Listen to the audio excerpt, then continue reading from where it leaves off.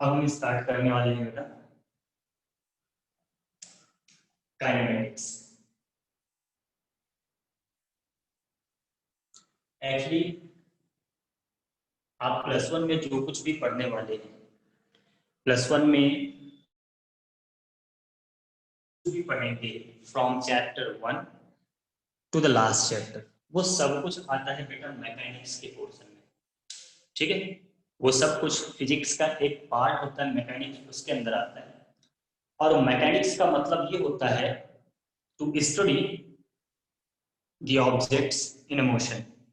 वो ऑब्जेक्ट जो मोशन में हैं उनकी स्टडी करने के लिए, उनके बारे में पढ़ने के लिए मैकेनिक्स का यूज किया जाता है। मैकेनिक्स में आप हमेशा ऑब्जेक्ट के मोशन की डिस्कशन करते हैं हमेशा। ठीक है, तो मैकेनिक्स के बेसिकली दो पार्ट होते हैं। ठीक, मैकेनिक्स के दो पार्ट होते हैं। मैकेनिक्स को दो पार्ट में डिवाइड किया जाता है। एक होता है काइनेमेटिक्स और एक होता है काइनेटिक्स। दो चीजें होती हैं, काइनेमेटिक्स और काइनेटिक्स। तो सबसे पहले हम मैकेनिक्स में इन्हीं दो चीजों का बात करेंगे, काइनेमेटिक्स और काइनेटिक्स का, क्योंकि इसके बाद जितने भी टॉपिक्स आएंगे वो इन दोनों को इंक्लूड करके आएंगे, लेकिन वहां पर भी हम ऑब्जेक्ट के मोशन का ही डिस्कशन करेंगे। अब मैकेनिक्स का मतलब हो गया स्टडी ऑफ मोशन। मैकेनिक्स का मतलब क्या हो गया, मोशन के बारे में पढ़ना, दैट इज मैकेनिक्स। अब इसमें एक काइनेमेटिक्स हो गया, काइनेटिक्स। इसमें क्या हुआ, काइनेमेटिक्स में स्टडी ऑफ मोशन। मोशन तो आप करेंगे, मतलब स्टडी आप करेंगे मोशन का, study of motion, but without knowing the cause of motion. आप मोशन के बारे में पढ़ेंगे कि मोशन क्या है, कैसा है और कैसे हो रहा है, बट आपको इसका काज नहीं पता होगा। मतलब आपको ये नहीं पता होगा कि किसी ऑब्जेक्ट के अंदर मोशन क्यों आ रहा है। तो काइनेमेटिक्स में आपको पढ़ना है study of motion without knowing the cause of motion. और काइनेटिक्स में क्या पढ़ना होता है बेटा, काइनेटिक्स में पढ़ना होता है स्टडी ऑफ मोशन विद काज। अब यहाँ पर कॉज भी इंक्लूड हो जाता है, काज जिसका मतलब होता है फोर्स एंड टॉर्क। तो जब कभी भी मोशन की स्टडी में फोर्स और टॉर्क का इन्वॉल्वमेंट हो जाता है तो वो होता है काइनेटिक्स। लेकिन जब तक हम आपसे फोर्स या टॉर्क के बारे में बात नहीं करेंगे तब तक हम आपसे बात कर रहे हैं काइनेमेटिक्स की, मतलब सिर्फ और सिर्फ मोशन की, ना कि काज ऑफ मोशन की। ठीक है, तो kinematics is the branch of physics in which you are going to discuss about the motion without knowing the cause of motion. ठीक, आप मोशन के बारे में पढ़ेंगे तो सही, लेकिन आपको काज नहीं पता होगा कि मोशन ऑब्जेक्ट में क्यों हो रहा है। ठीक है, बात समझ में आ गई काइनेमेटिक्स है क्या। ठीक, तो अब आप यहाँ पर मोशन के बारे में डिस्कस करेंगे बेटा। ठीक है, और आपको ये भी पता होगा कि वो मोशन क्यों हुआ, मतलब कितना फोर्स लगा, किस डायरेक्शन में फोर्स लगा, कितना टॉर्क लगा, उनसे हमें कोई मतलब नहीं। बस हमें यहाँ पर ये मतलब होना चाहिए कि ऑब्जेक्ट का पोजीशन बदला, पोजीशन बदला, डिस्टेंस आया, डिस्प्लेसमेंट आया, वेलोसिटी आया, एक्सेलरेशन आया, कितना टाइम लगा, ये बातें यहाँ पर होंगी बस। ठीक, बाकी कितना फोर्स लगा, क्या टॉर्क लगा, क्या उसका रिजल्ट आया, that is the different thing, वो सब काइनेटिक्स में आएगा। अभी हम लोग सिर्फ और सिर्फ मोशन की स्टडी करेंगे without name the cause of motion. ठीक बेटा, बात समझ में क्लियर। आज का टॉपिक थोड़ा सा थ्योरेटिकल ही रहेगा। ओके, तो ये आपको समझ में आ गया, आज का टॉपिक थोड़ा थ्योरेटिकल रहेगा बेटा, क्योंकि आज काफी कुछ चीजें हमें आपको बतानी है कि आपको क्या पढ़ना और कैसे पढ़ना है इस चैप्टर। तो कुल मिलाकर के काइनेमेटिक्स में स्टडी होने वाली है मोशन की, स्टडी ऑफ मोशन। और अगर मोशन की स्टडी होने वाली है तो सबसे पहले हमें यही डिफाइन करना है कि व्हाट इज मोशन। हम यहाँ पर मोशन की स्टडी करेंगे और हमें काज नहीं पता होगा कि मोशन क्यों है। पर सबसे पहले अपने आपसे एक क्वेश्चन पूछो कि मोशन क्या है, व्हाट इज मोशन। मोशन को कैसे डिफाइन करोगे बेटा, कोई डिफाइन कर सकता है।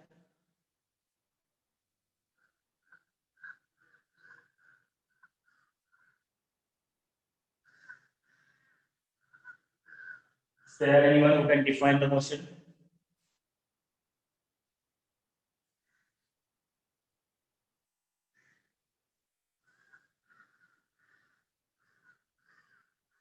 गुस्सा आ रही है क्या? संडे को क्लास रख लिया, ऊपर से सवाल भी पूछ रहे। बोलो बोलो बेटा, क्या बोल रहे हो? माइक को थोड़ा पास लाके बोलो। Anything which is not in rest, that to be in motion. which is not in rest. Okay ठीक है, फिर रेस्ट को डिफाइन कर दो। रेस्ट क्या है?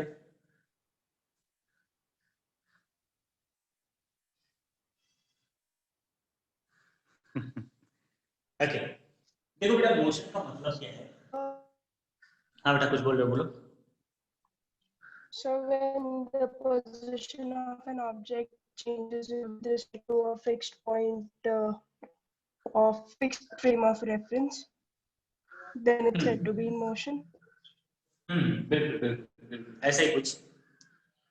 देखो बेटा, अगर कोई ऑब्जेक्ट मोशन में होता है तो आपको कैसे पता चलता है कि वो मोशन में? जब कोई ऑब्जेक्ट आपके रिस्पेक्ट में टाइम के साथ अपनी पोजीशन को बदलता है। आप बैठे बैठे किसी ऑब्जेक्ट को देख रहे हो, वो ऑब्जेक्ट कभी आपको यहाँ दिखेगा, कभी वहां दिखेगा, कभी वहां दिखेगा, अलग अलग जगह पे दिख रहा है टाइम के साथ। आप बैठ के उसको देख रहे हो तो आप कहोगे कि वो मोशन में है। और किसी ऑब्जेक्ट को आप बैठ के देख रहे हो, सुबह भी वही था, शाम को भी वही था, दोपहर में भी वही है, तो किसी भी टाइम पर वो ऑब्जेक्ट अपनी एक पर्टिकुलर पोजीशन पर है आपके रिस्पेक्ट में, तो आप बोलोगे कि वो ऑब्जेक्ट रेस्ट में है। तो मोशन का मतलब ये हुआ कि when object change its position, जब ऑब्जेक्ट अपनी पोजीशन को बदलता है with respect to time and observer, time के साथ किसी ऑब्जर्वर के रिस्पेक्ट में अगर ऑब्जेक्ट अपने पोजीशन को बदल रहा है तो आप कहोगे कि ऑब्जेक्ट मोशन में है। ठीक है बेटा, अगर टाइम के साथ कोई ऑब्जेक्ट अपनी पोजीशन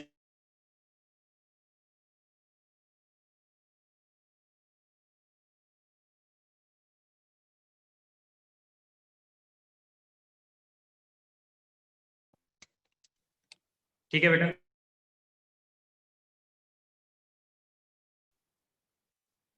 मोशन की डेफिनेशन समझ आ गई? ओके, अब अगर मोशन इसको कहते हैं कि अगर ऑब्जेक्ट का पोजीशन टाइम के साथ बदले और ऑब्जर्वर के साथ बदले तो ऑब्जेक्ट मोशन में होता है, तो हम यहाँ पर एक बात और बोल सकते हैं बेटा कि सर ऐसा भी तो पॉसिबल है कि हम बैठ करके एक ऑब्जेक्ट को देख रहे हैं वो रेस्ट में है और दूसरा आदमी देख रहा है तो कह रहा मोशन में है। बिल्कुल पॉसिबल है बेटा। आप एक बस के अंदर बैठे हैं, आपका जो को पैसेंजर होगा वो आपके लिए रेस्ट में होगा, लेकिन सड़क पे खड़े आदमी के लिए वो मोशन में होगा। तो एक ही ऑब्जेक्ट को आपने देखा बोला रेस्ट में है और सड़क वाले आदमी ने देखा बोला मोशन में है ना। तो ये भी पॉसिबिलिटी है कि जो ऑब्जेक्ट है वो अपनी पोजीशन बदल तो रहा है टाइम के साथ, लेकिन ऑब्जर्वर पर भी डिपेंड करता है कि वो उसको रेस्ट में बोलेगा या मोशन में बोलेगा। ठीक है, इसका मतलब ये है, सबसे इंपॉर्टेंट बात यहाँ पर जो है वो ये है, motion is a relative quantity. Motion क्या है बेटा? रिलेटिव क्वांटिटी है। ये ऑब्जर्वर के ऊपर डिपेंड करता है कि वो किसी ऑब्जेक्ट को मोशन में ऑब्जर्व कर रहा है या रेस्ट में ऑब्जर्व कर रहा है। ये एक रिलेटिव क्वांटिटी है। ठीक है, एक ही ऑब्जेक्ट एक ही टाइम पर किसी के लिए रेस्ट में तो किसी के लिए मोशन में हो सकता है। बात समझ में आ रही? एक ही ऑब्जेक्ट आपके लिए अगर रेस्ट में है तो दूसरे के लिए वो मोशन में हो सकता है। जो प्लांट और ट्रीज आपको दिखाई पड़ते हैं, आपका जो सर तो हमेशा रेस्ट में रहते हैं। कौन कहता भाई हमेशा रेस्ट में रहता है? एक बार ट्रेन में बैठ के देखो, वो भी चलते हुए दिखाई पड़ेंगे। तो motion is the relative quantity. ठीक है ना, मोशन एक रिलेटिव क्वांटिटी है। इसका मतलब ये है that is no absolute motion और rest is possible. Absolute motion and rest possible ही मीन्स आप ये नहीं बोल सकते हो कि कोई ऑब्जेक्ट एब्सोल्युटली मोशन में है या कोई ऑब्जेक्ट एब्सोल्युटली रेस्ट में है। रिलेटिवली कोई ऑब्जेक्ट रेस्ट में भी हो सकता है और मोशन में भी हो सकता है। ठीक, तो कुल मिलाकर के बात केवल इतनी सी है कि अगर आप किसी ऑब्जेक्ट को देखेंगे और उस ऑब्जेक्ट का पोजीशन आपके रिस्पेक्ट में टाइम के साथ बदल रहा है तो आप बोलेंगे वो मोशन में है, और अगर नहीं बदल रहा है तो आप बोलेंगे वो मोशन में नहीं है, भले ही दूसरा गला फाड़ के चिल्लाता रहे कि नहीं वो मोशन में। ठीक है, तो जो ऑब्जर्वर होता है, ऑब्जर्वर के रिस्पेक्ट में ऑब्जेक्ट का पोजीशन टाइम के साथ बदलना चाहिए। क्लियर? आई बात समझ में? समझ आ गया बेटा? Yes sir. ठीक, Yes, sir. इससे हाँ कुछ पूछा? अब आप अगर किसी ऑब्जेक्ट के मोशन को ऑब्जर्व कर रहे हैं तो आप कितने टाइप के मोशन ऑब्जर्व कर पाएंगे? टाइप्स ऑफ मोशन, कितने तरह के मोशन आप ऑब्जर्व कर सकते हैं? तो आप यहाँ पर ऑब्जर्व करेंगे बेटा, एक तो ट्रांसलेटरी मोशन। ट्रांसलेटरी मोशन, अब ये ट्रांसलेटरी मोशन क्या है, कैसे आप इसको डिफाइन करोगे? जब कोई ऑब्जेक्ट ट्रांसलेशन कर रहा हो, ट्रांसलेशन मतलब क्या, हिंदी टू इंग्लिश नहीं, ठीक है? ट्रांसलेटरी मोशन मतलब जब ऑब्जेक्ट ट्रांसलेट कर रहा होगा। ट्रांसलेटरी मोशन उस मोशन को बोलते हैं बेटा when object changes its position, when object changes its position with respect to time, जब ऑब्जेक्ट टाइम के साथ अपने पोजीशन को बदलता है। कौन सा पोजीशन बेटा? लीनियर पोजीशन, मतलब कभी आपको वो यहां दिखेगा, कभी वहां दिखेगा। ठीक है, तो अगर इस तरह का मोशन है तो उसको बोलते हैं ट्रांसलेटरी मोशन में ऑब्जेक्ट का पोजीशन बदलता है। तो ये जो ट्रांसलेटरी मोशन है ये भी होते हैं बेटा दो तरीके के, ठीक है ना? दो तरीके से हम इसको कर सकते हैं। एक बोलोगे आप रेक्टिलिनियर मोशन, ये सारे नाम बहुत जरूरी है जानना बेटा क्योंकि कभी भी यूज हो सकते हैं किसी भी क्वेश्चन में। तो रेक्टिलिनियर मोशन, और एक हो गया बेटा कर्वीलिनियर मोशन। कर्वीलिनियर मोशन, ठीक, ये दोनों ही मोशन क्या होते हैं बेटा? Translatory motion. ओके, ये दोनों ही मोशन क्या है? ट्रांसलेटरी। अब रेक्टिलिनियर मोशन को कैसे समझोगे? अगर आप रेक्टिलिनियर मोशन को समझना चाहते हैं तो ये कोई एक ऑब्जेक्ट है, थोड़ी देर पहले आपने देखा ये ऑब्जेक्ट यहाँ पर है और थोड़ी देर बाद आपने देखा ये ऑब्जेक्ट यहाँ पर है, तो इसका हर पार्टिकल इक्वल डिस्टेंस कवर कर गया, इसको बोलते हैं रेक्टिलिनियर मोशन। अगर कभी किसी ऑब्जेक्ट के हर पार्टिकल ने इक्वल डिस्टेंस कवर किया है तो उसका मोशन कैसा हुआ बेटा? रेक्टिलिनियर मोशन हुआ। ये रेक्टिलिनियर मोशन है, सब कुछ एक लाइन में चल रहा है। रेक्टिलिनियर या फिर स्ट्रेट लाइन मोशन, सब कुछ एक लाइन में चल रहा है, तो वो हो गया बेटा रेक्टिलिनियर मोशन। और कर्वीलिनियर मोशन मतलब ये पार्टिकल ऐसा है, अभी हमने ऑब्जेक्ट को यहाँ देखा, थोड़ी देर बाद आप देख रहे हैं ऐसा है, तो मतलब हर पार्टिकल अलग-अलग डिस्टेंस कवर कर रहा है, अलग-अलग डिस्टेंस कवर कर रहा है। तो हर पार्टिकल ने अलग-अलग डिस्टेंस कवर किया तो कर्वीलिनियर मोशन, ये कर्वीलिनियर हो गया। और अगर हर पार्टिकल ने इक्वल डिस्टेंस कवर किया तो रेक्टिलिनियर मोशन हो गया। तो रेक्टिलिनियर मोशन और कर्वीलिनियर मोशन दोनों की कहानी समझ में आई? समझ आया बेटा?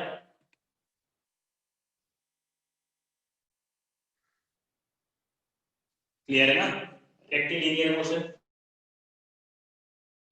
Yes sir.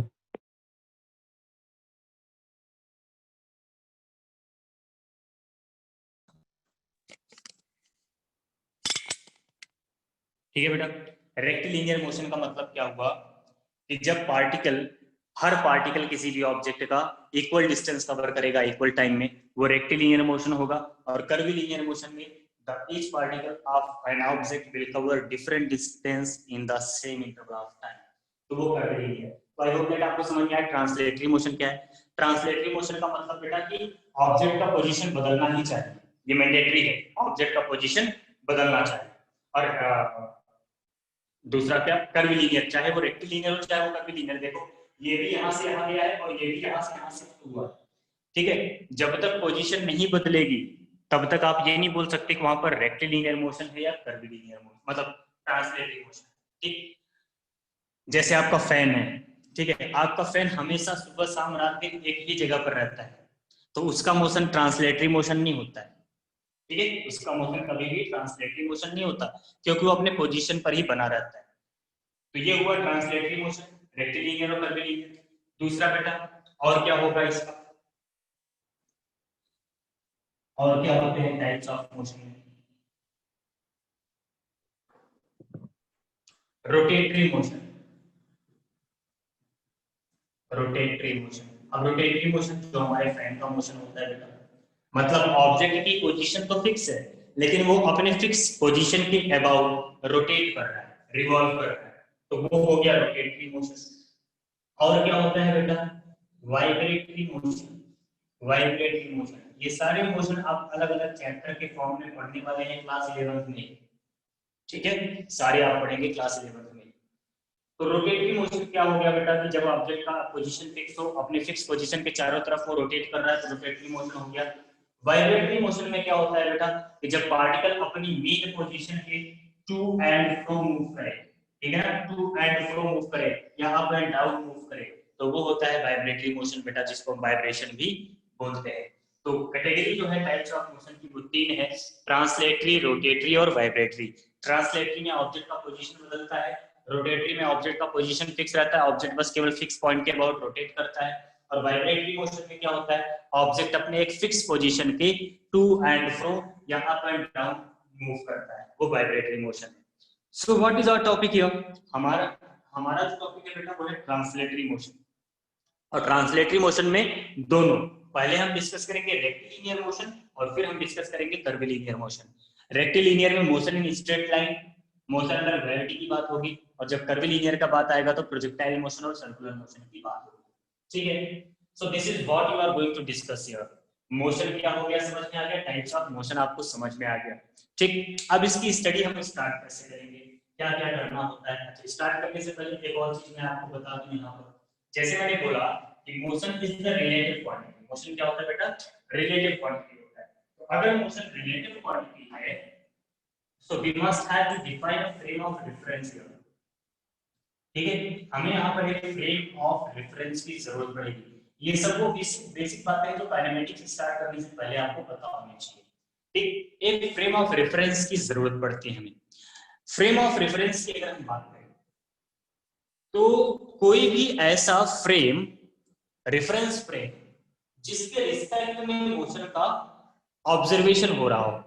जैसे आप प्लेटफॉर्म पर बैठ करके ट्रेन का मोशन देख रहे हैं, तो that platform is the frame of reference.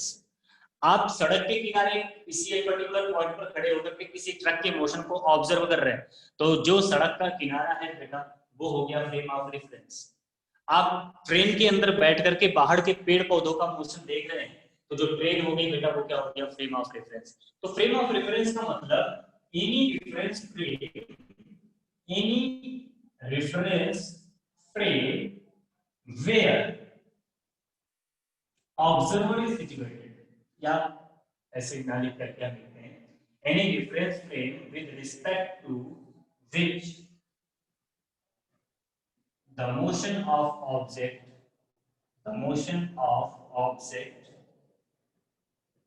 will be discussed। ठीक है, एक ऐसा रेफरेंस फ्रेम जिसके रिस्पेक्ट में आप ऑब्जेक्ट के मोशन को डिस्कस करने वाले हैं, वही होता है बेटा फ्रेम ऑफ रेफरेंस। ठीक, जिसके रिस्पेक्ट में आप ऑब्जेक्ट के मोशन का डिस्कशन करेंगे वही होगा फ्रेम ऑफ रेफरेंस। और ये फ्रेम ऑफ रेफरेंस भी दो तरह का होगा। ठीक है, टू टाइप्स। अब मैं इसका केवल एक शॉर्ट रिव्यू दे रहा हूँ, इसके बारे में डिटेल में हम लोग बात करेंगे जब हम काइनेटिक्स पढ़ेंगे, न्यूटन्स लॉ ऑफ मोशन। यहाँ पर बस जानना है बस। तो देयर आर टू टाइप्स, दो तरह के फ्रेम ऑफ रेफरेंस होते हैं। दो तरह के कौन होते हैं, एक होता है हमारे पास इनर्शियल फ्रेम ऑफ रेफरेंस, और एक होता है हमारे पास non inertial frame of reference. दो तरह के मोशन है, inertial frame of reference and non inertial frame of reference. Inertial frame of reference में क्या है, इनर्शियल फ्रेम ऑफ रेफरेंस का मतलब ये हुआ कि the frame of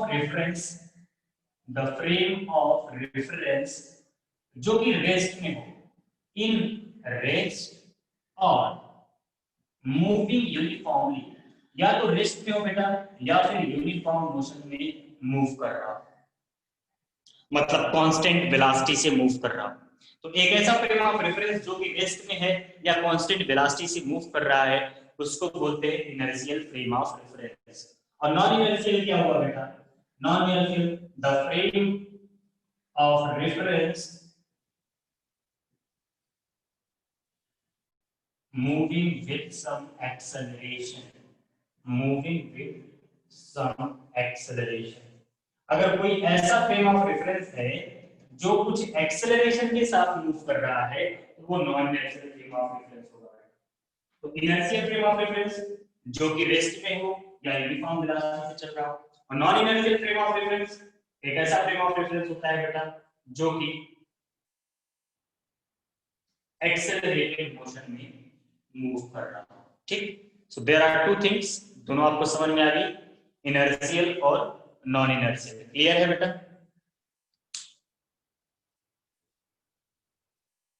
दोनों बातें क्लियर हैं?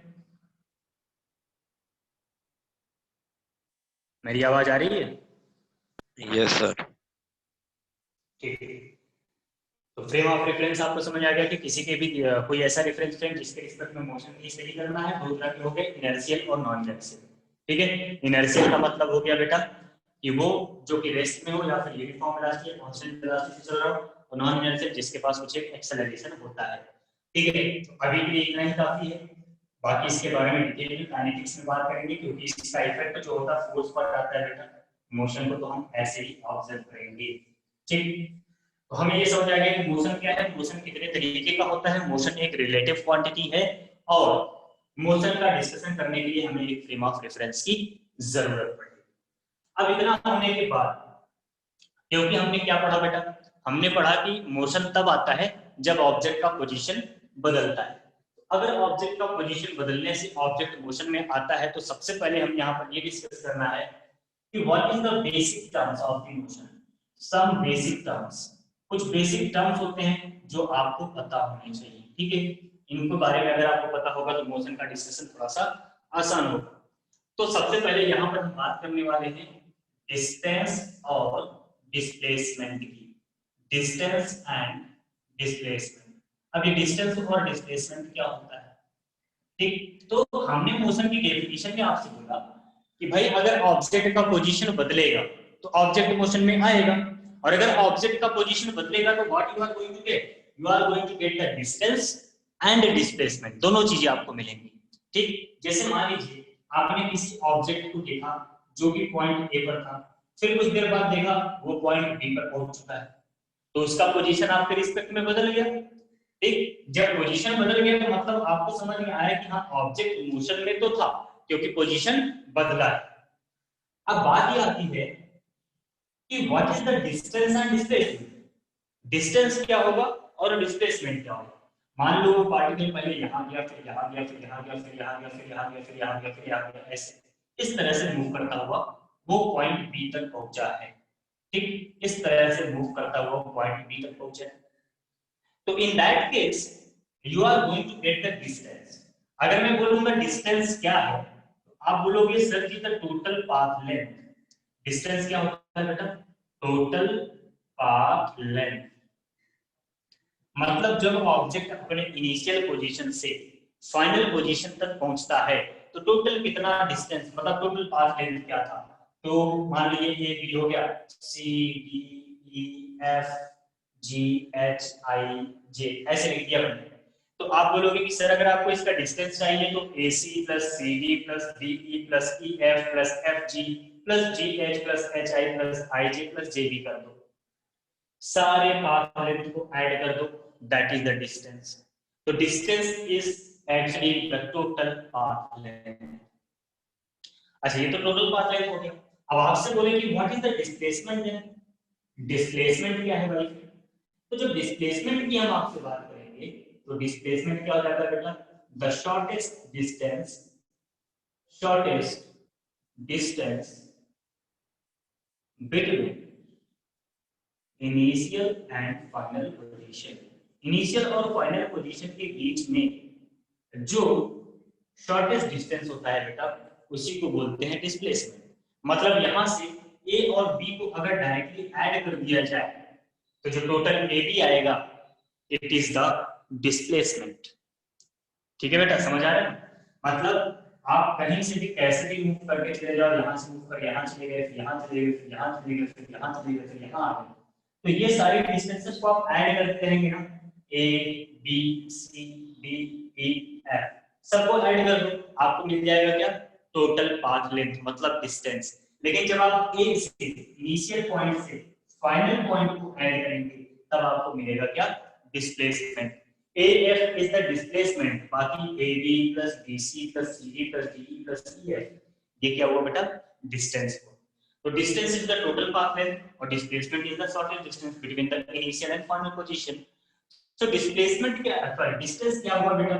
डिस्टेंस हुआ स्केलर क्वांटिटी। स्केलर क्वांटिटी क्योंकि इसमें आपको सिर्फ पाथ लेंथ देखना है कि टोटल कितना डिस्टेंस, टोटल पाथ लेंथ कितना था, कितने किलोमीटर आप चले हैं।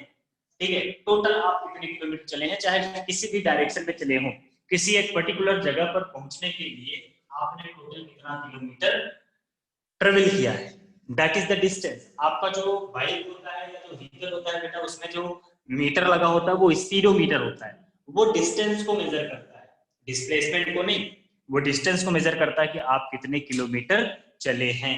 ठीक है, और डिस्प्लेसमेंट का मतलब क्या हुआ? जब आपसे डिस्प्लेसमेंट की बात की जाएगी तब आप अपने इनिशियल पॉइंट पर खड़े होकर के फाइनल पॉइंट के बारे में सोचोगे कि मुझे किस तरफ जाना है। तो ये जो हुआ बेटा डिस्प्लेसमेंट, ये क्या हुआ? वेक्टर क्वांटिटी हुआ।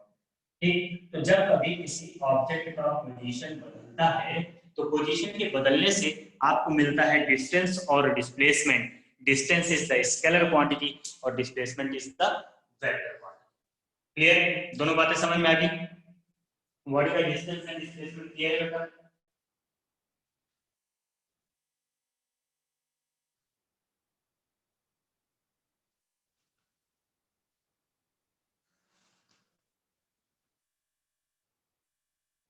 क्लियर है कि?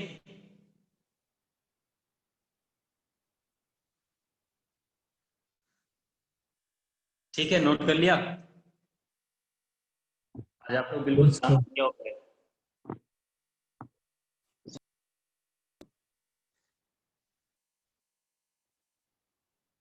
Sir, wait for 1 minute doing. Okay,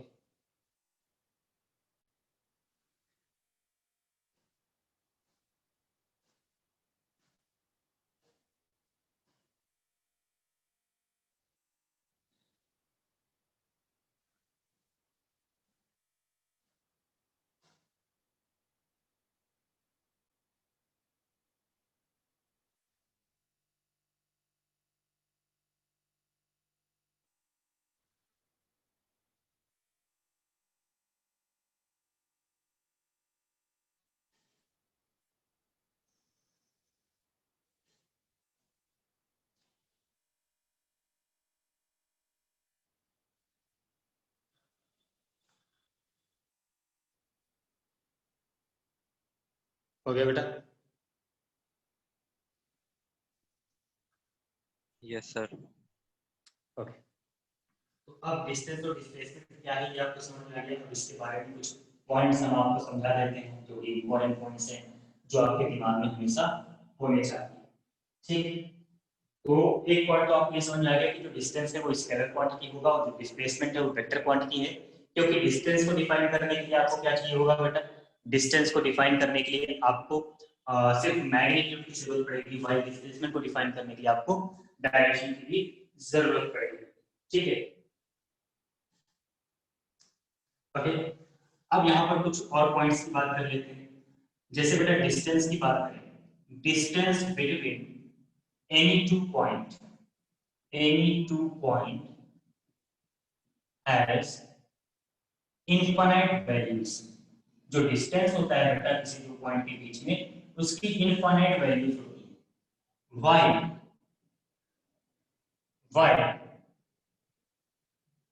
displacement, displacement between 2 points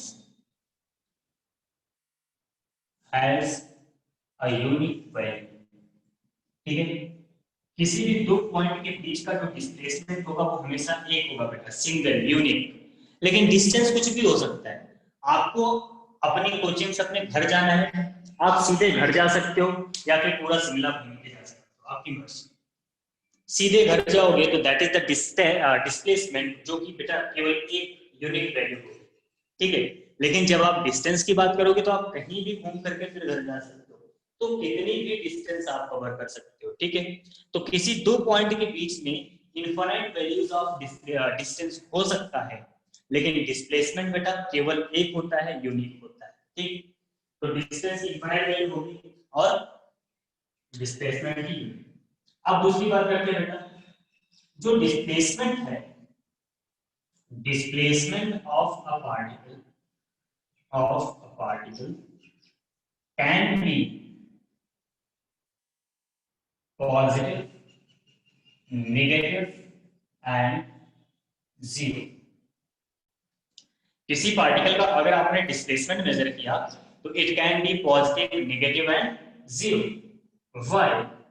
जो डिस्टेंस होता है बेटा, distance is always positive and can never be zero. कभी जीरो नहीं हो सकता, ठीक है। डिस्प्लेसमेंट पार्टिकल का पॉजिटिव भी हो सकता है, नेगेटिव भी हो सकता है, जीरो भी हो सकता है। लेकिन जो डिस्टेंस है बेटा वो हमेशा पॉजिटिव होगी, कभी जीरो भी नहीं हो सकती, हमेशा पॉजिटिव, कांट बी जीरो और नेगेटिव, ठीक है। बात समझ में आ गई? क्लियर है? नेक्स्ट पॉइंट बेटा, the magnitude of displacement, the magnitude of displacement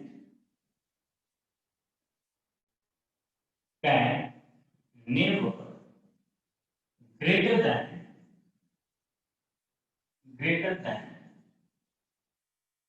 distance। जो डिस्प्लेसमेंट का मैग्नीट्यूड है बेटा वो कभी भी डिस्टेंस से ज्यादा नहीं हो सकता है। मतलब आप ये बोलोगे कि मैग्नीट्यूड ऑफ डिस्प्लेसमेंट, अब ये लाइन का मतलब आपको पता है, मैंने वेक्टर में समझाया था, अगर मैंने ये लाइन लगा दी तो इसका मतलब मैग्नीट्यूड की बात हो रही है। तो magnitude of displacement is always less than or equal to the distance। क्या कभी डिस्टेंस डिस्प्लेसमेंट के बराबर हो सकता है? यस, हो सकता है। जब पार्टिकल एक स्ट्रेट लाइन में एक पर्टिकुलर डायरेक्शन में चल रहा हो तो उसका डिस्टेंस और डिस्प्लेसमेंट बराबर होगा। बाकी सभी केसेस में displacement will always be less than the distance. बात समझ में आई बेटा?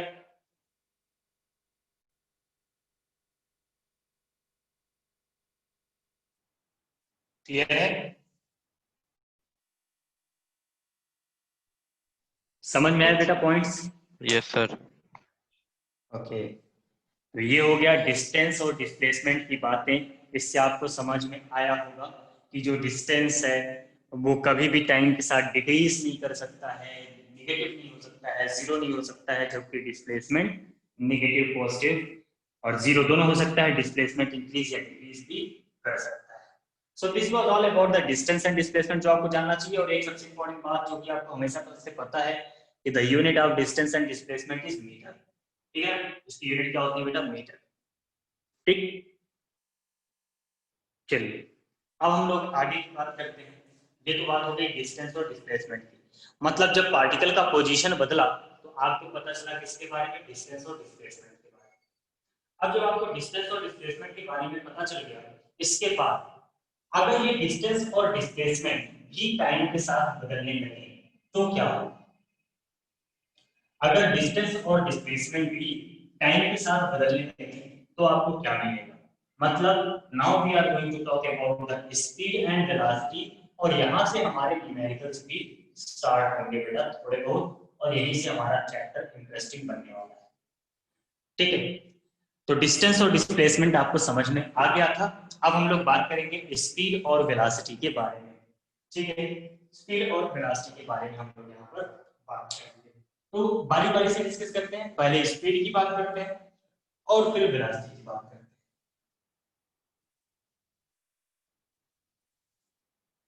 पहले थ्योरेटिकली समझते हैं कि स्पीड है क्या चीज। अगर हम आपसे बोले कि स्पीड तो स्पीड का मतलब ये है, क्योंकि जब पार्टिकल का पोजीशन बदला तो आपको क्या क्या मिला, आपको मिला डिस्टेंस और आपको मिला डिस्प्लेसमेंट। ठीक, तो जब हम बोलेंगे कि बेटा स्पीड क्या होगा, आप बोलोगे the rate of change of distance. ठीक, किसी भी ऑब्जेक्ट का डिस्टेंस किस रेट से बदल रहा है, किस रेट से चेंज हो रहा है, the rate of change of distance, that is called the speed. मतलब क्या है बेटा, speed is equals to distance upon time. तो स्पीड क्या होगा बेटा, डिस्टेंस अपॉन टाइम। ठीक है, अगर डिस्टेंस को टाइम से डिवाइड कर दोगे तो आपको क्या मिलेगा, स्पीड मिलेगा। इसकी यूनिट क्या हो जाएगी बेटा, मीटर पर सेकेंड। और क्योंकि स्पीड जो होता है इसको फाइंड आउट करने के लिए आपको डायरेक्शन की जरूरत नहीं होती, तो इसलिए ये क्या होता है, scalar quantity. It is scalar quantity, ये एक स्केलर क्वांटिटी होता है स्पीड। ठीक है बेटा, तो स्पीड का ये वो बेसिक डेफिनेशन है जो आप सबको पता है। अब ये जो स्पीड है, स्पीड को हम लोग कैटेगराइज करते हैं दो पार्ट में। दो पार्ट कौन सा बेटा, सबसे पहले बात हम लोग कर लेते हैं एवरेज स्पीड की। इसके ऊपर काफी क्वेश्चन बनते हैं बेटा, एवरेज स्पीड के ऊपर काफी क्वेश्चन बनेंगे, इसको ध्यान से समझना। एवरेज स्पीड, एवरेज स्पीड का मतलब केवल एक छोटा सा फॉर्मूला है बस, बाकी इसके ऊपर क्वेश्चन बहुत सारे वेरियस टाइप्स के बनेंगे। तो एवरेज स्पीड की बात करें तो इसको ऐसे आप समझ सकते हो, जैसे मान लीजिए आपको आपके घर वालों ने भेजा मार्केट की, जाओ बेटा ये सामान लेकर के आ जाओ। उनको पता है कि मार्केट कितनी दूर है और आप कितनी देर में जा करके वापस आ जाओगे। उनको पता है कि आप जाओगे 10 मिनट में वापस आ जाओगे, लेकिन आप गए और आप आधे घंटे में वापस आए। तो दो पॉइंट ऑफ ऑब्जर्वेशन हो गए।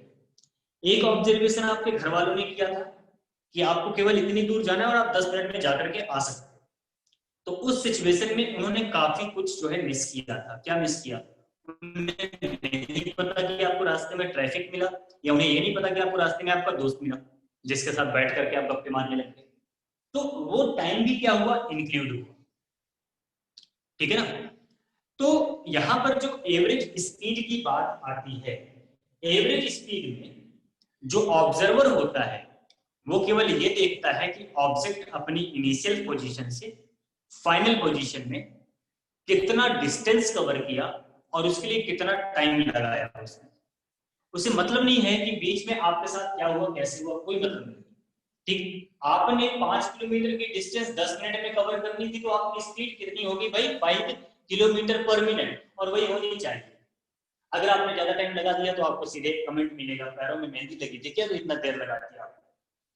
तो एवरेज स्पीड में केवल और केवल ये ऑब्जर्वेशन होता है, सिर्फ और सिर्फ ये ऑब्जर्वेशन होता है बेटा एवरेज स्पीड में, कि कितना डिस्टेंस और कितना टाइम। ठीक, एवरेज स्पीड का जो फॉर्मूला यहां पर बनाओगे भी एवरेज, वो होगा टोटल डिस्टेंस आपने कितना कवर किया। ठीक, टोटल डिस्टेंस आपने कितना कवर किया और टोटल टाइम कितना लगा। अब एक और एग्जांपल से मैं आपको इसको क्लियर करता हूं। मान लीजिए आप बड़े ईमानदार हैं, आप मार्केट से आएंगे और मार्केट से घर आ जाएंगे सीधे रास्ते में बिना कहीं रुके। लेकिन जब आप घर से मार्केट के लिए निकले अपनी स्कूटी से, तो शुरू में आपकी स्पीड 20 किलोमीटर पर आ रही थी, फिर खाली रोड देखा 40 की स्पीड हो गई, फिर ट्रैफिक मिल गया 10 की स्पीड हो गई, फिर 5 की स्पीड हो गई, फिर 40 की स्पीड हो गई। तो इस तरह से अलग अलग स्पीड की हेल्प से आप घर से मार्केट गए और मार्केट से घर वापस आ गए। ठीक, तो अब अगर आपसे पूछा जाए कि आपकी एवरेज स्पीड क्या थी, तो आप क्या बताओगे। सबसे पहले तो आपको समझ में आना चाहिए कि आपसे पूछा क्या जा रहा है।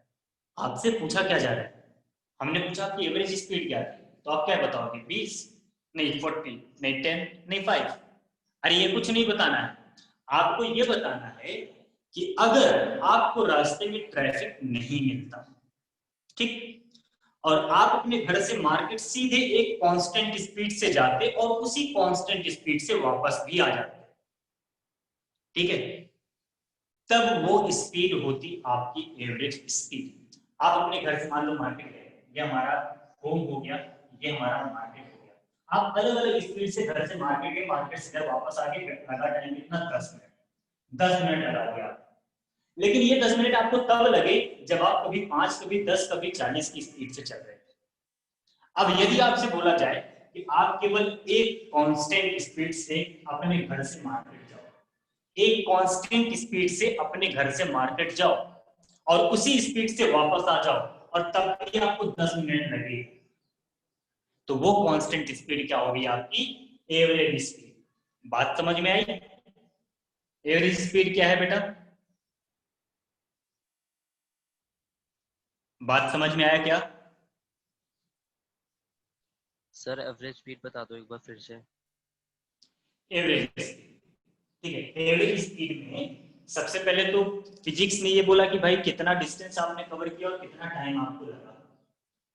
अब दूसरी बात, अगर इसको आपको फील करना है कि एवरेज स्पीड है क्या चीज, तो आप इसको ऐसे समझ सकते हो कि आप अपने घर से मार्केट जा रहे हो, अपने घर से मार्केट गए आप अलग अलग स्पीड से, कहीं ट्रैफिक मिला, कहीं ब्रेकर मिल गया, कुछ भी हो गया, तो कुछ दूर आप 10 की स्पीड से, कुछ 15 की स्पीड से, कुछ 40 की स्पीड से कवर करते हुए बिना अपना टाइम वेस्ट किए वापस घर पर आ गए और आपको टोटल 10 मिनट का टाइम लग गया ऐसा करने। अब अगर आपसे कोई पूछेगा कि आपकी एवरेज स्पीड क्या थी, तो आप ना तो उसको 5 बताओगे, ना 10, ना 15, ना 20, मतलब जिस स्पीड से आप चले तो वो स्पीड नहीं बतानी है। आपको ये सोचना है मेरे घर से मार्केट था 5 किलोमीटर, ठीक है, और मैं चला गया और 10 मिनट में वापस भी आ गया, तो मैं गया 5 किलोमीटर, वापस आया 5 किलोमीटर, टोटल में चला 10 किलोमीटर, टाइम लगा 10 मिनट, मतलब मेरी स्पीड 1 किलोमीटर पर मिनट की थी। तो आप बोलोगे हाँ भैया मेरी एवरेज स्पीड 1 किलोमीटर पर मिनट की थी। मतलब अगर आप 1 किलोमीटर पर मिनट की स्पीड से अपने घर से मार्केट जाते हो वापस आ रहे थे 10 मिनट लगता, जो कि आपने कभी 10, कभी 30, कभी 40 की स्पीड से कवर किया हुआ है।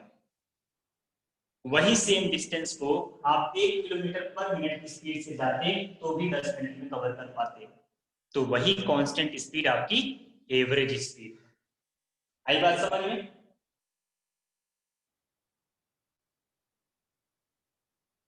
बात आई समझ में बेटा? Yes sir. ठीक,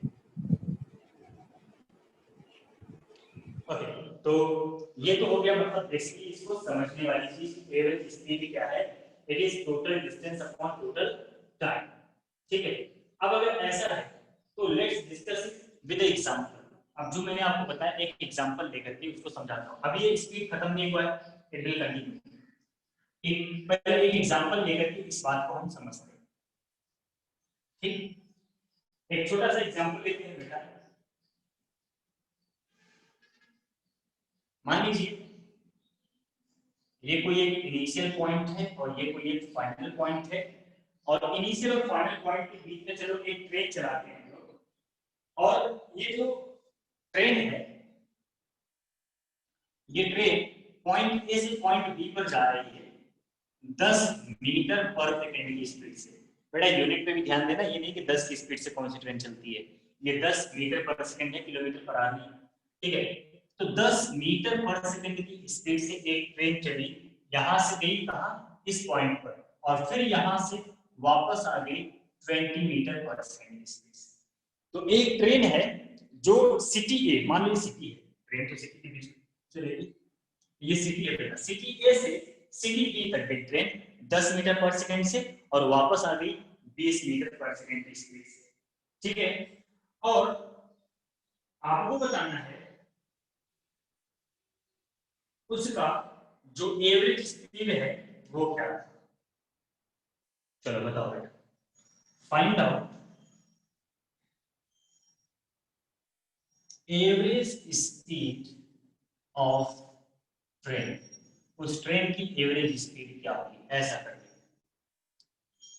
गया है 10 मीटर पर सेकेंड से और वापस आया है 20 मीटर पर सेकेंड से, तो उसकी एवरेज स्पीड क्या है। मैथमेटिक्स वाला एवरेज अलग होता है बेटा और यहाँ वाला एवरेज अलग होता है, ठीक है ना। तो मैथमेटिक्स वाला एवरेज नहीं लगाना है, ये टाइम एवरेज है। मैथमेटिक्स में किसी भी नंबर को बस एवरेज कर दिया जाता है,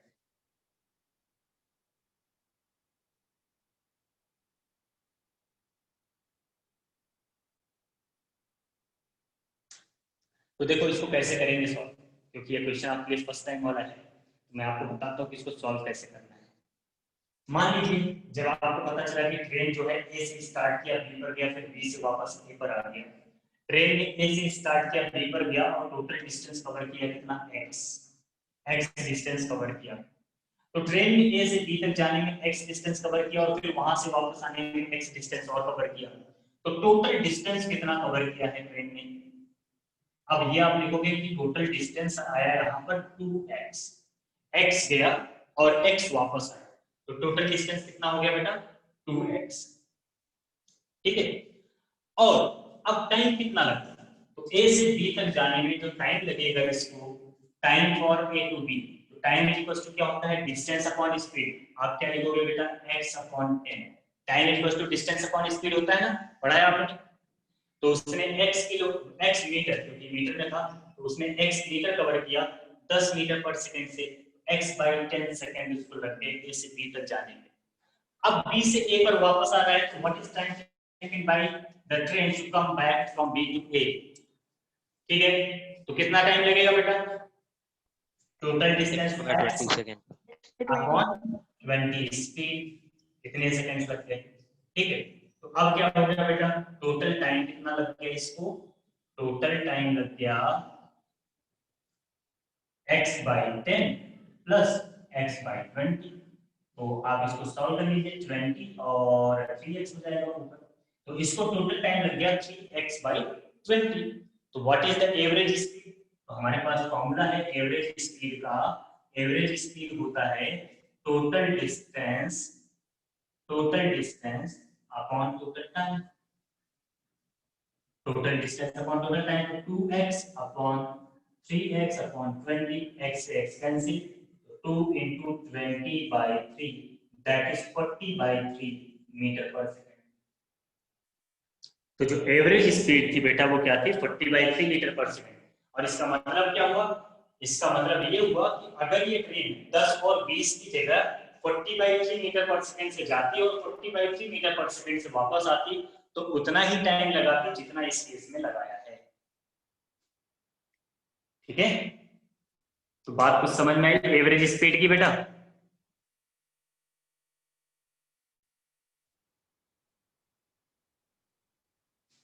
बात कुछ समझ में आई या कोई कंफ्यूजन है अभी। आ गई सर। ठीक है, आगे तो एक सवाल आपके लिए।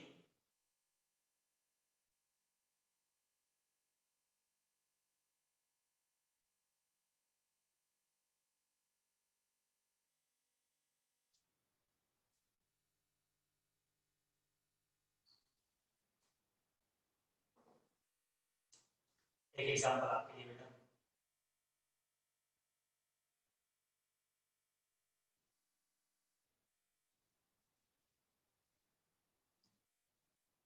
मान लीजिए कि एक ऑब्जेक्ट ने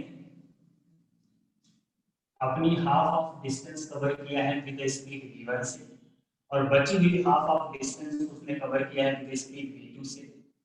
v1 मीटर पर सेकंड से, और यहाँ पर v2 मीटर पर सेकंड से। आपको बताना what is the average speed. चलो इधर जल्दी से बताओ, what is the average speed. A से बी तक जाने में आधा distance v1 metre per second से और आधा distance v2 metre per second से कवर किया है। So what is the average speed of the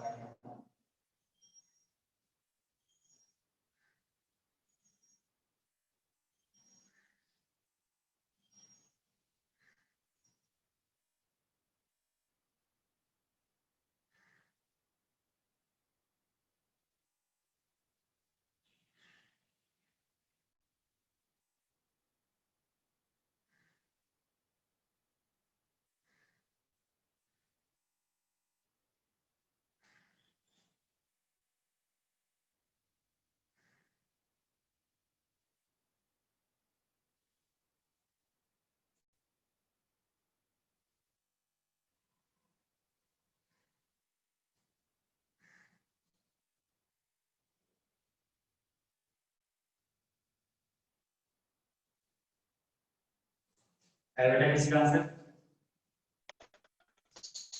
So 2v1 v2 upon v1 plus v2. 2v1 v2 upon v1 plus v2। हाँ बिल्कुल सही लग रहा है।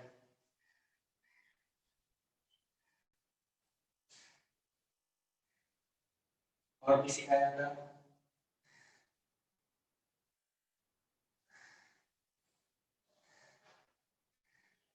कुछ नहीं करना है, जो बताया वही करो। So v2 plus v1 upon 2v1 v2. उल्टा उल्टा कैसे आ रहा है? चेक कर लूंगा फिर से।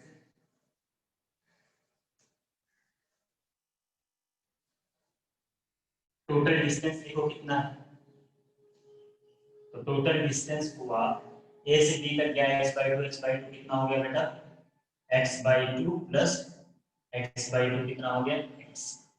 अब टाइम देखो ए बी का कितना लगा, ए से बी तक का टाइम, तो distance upon speed x upon 2v1, और बी से सी तक का टाइम कितना लगा बेटा? तो ये लगा x अपॉन 2v2। तो टोटल टाइम कितना लग गया बेटा? टोटल टाइम लग गया x upon 2v1 plus x upon 2v2।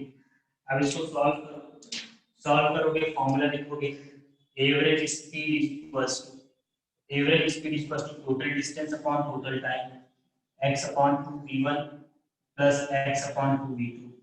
तो x से x हो गया कैंसिल। अब आप यहाँ पर लिखेंगे 1 upon 2v2 plus 2v1 upon 4v1 v2। तो इसका उल्टा भी करो, 4v1 v2 अपॉन 2 कॉमन ले लो v1 प्लस v2, और फाइनली आपको मिलेगा 2v1 v2 upon v1 plus v2। That is the answer. तो ऐसे आपको करना है एवरेज स्पीड फाइंड आउट करने के लिए, ठीक है? अगर आपको एवरेज स्पीड फाइंड आउट करना है तो ऐसे आपको क्वेश्चंस को सॉल्व करने हैं, ठीक है? इस तरह से आपको सॉल्व करना है बेटा। चलिए अब जो भी बातें हैं फिर अगली क्लास में इसको हम लोग कंटिन्यू करेंगे। Average speed, average velocity, instantaneous speed और इंस्टेंटेनियस वेलोसिटी, ये हमारा टॉपिक होगा अगली क्लास के लिए, ठीक है? अभी ये जस्ट एक इंफॉर्मेशन था, आज मोस्टली ही रहा है।